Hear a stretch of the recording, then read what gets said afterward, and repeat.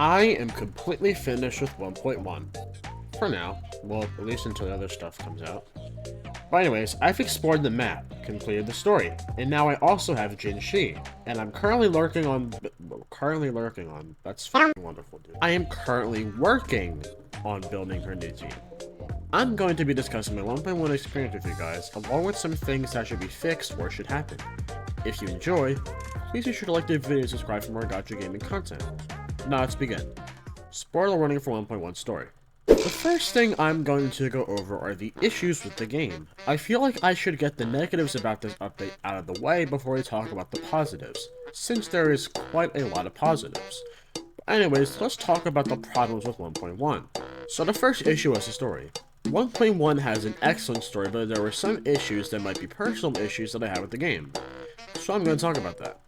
First of all, when I was going through the dialogue, the characters would abruptly end their thought but continue their animations as if they were still talking. That is a huge mistake that should be corrected so the immersion isn't fucked up. The second issue I'm having is the visual bugs. Lots of bugs in combat and out of combat were happening. For example, there would be this issue where a stone golem would attack me, have a stroke or sink into the ground, and reset all of its health. Then whenever I shot my gun, Mortife's bullets would cause the explosion effects to freeze and then dissipate a second later. Why does this happen? I don't know. The third issue I had was with exploration in general.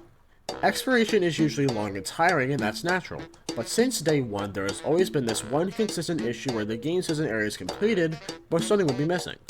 Sometimes this would be true, other times it would be false. I completed one area and it said I had a quest to do, so I am working on completing that quest.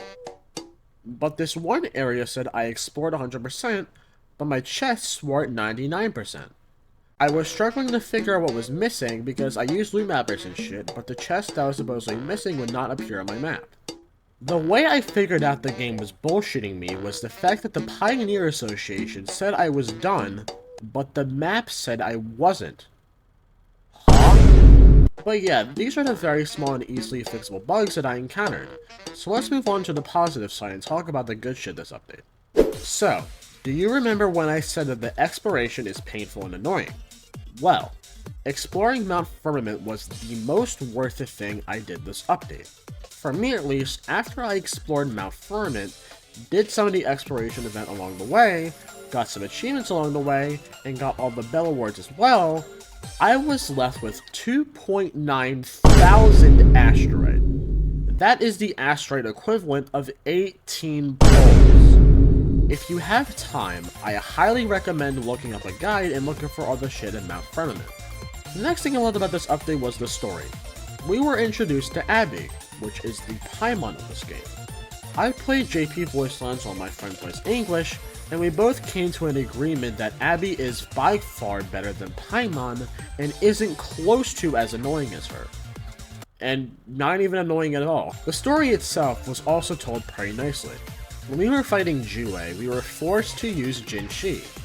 I did a horrible job fighting Jue, but the way they made us use only Jinshi as she's fighting her demons and shit, that was good storytelling.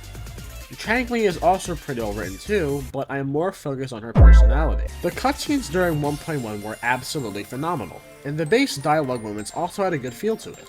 The characters are well animated, and from what I've heard from my buddy, he said that the English voice direction was getting better. So there's another instance of KARUT fixing their mistakes. Rover is also talking a lot more frequently, and these moments are not just useless thoughts. They actually contribute very well to the story, and they're actually, done pretty nicely. Story aside, the update itself has been amazing.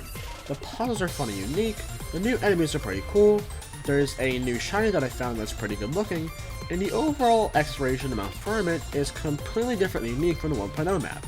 We've got healing hot tubs, time puzzles, and snow sliding. I don't know about y'all, but it would be pretty cool if they implemented this into more parts of the game. And it would also be really cool to have snowboard skins and shit for the sliding minigames. There are a few more things that are small, but are also really good additions to the update.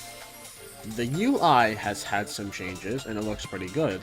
If you get Databank level 21, you're guaranteed 5-star echoes, and the crownless is now a new hologram. Not looking forward to that. But yeah, this is my summary for the current situation of the 1.1 update. They did a great job for their first major update so far, and I'm looking forward to what's to come. If you enjoyed this video, please be sure to like the video and subscribe for more gacha gaming content. We're trying to reach 500 subscribers at the end of the summer, so subscribe to make that possible. Comment down below what you want to see next, and check out my community tab for updates on up and coming videos. Be sure to also check out my Twitter. I've been pretty active on it lately. Basically, it's where I shitpost, reply to my favorite creators, and some idiots. So follow me to stay updated. And with that, I'll see you guys in the next one. Bye bye!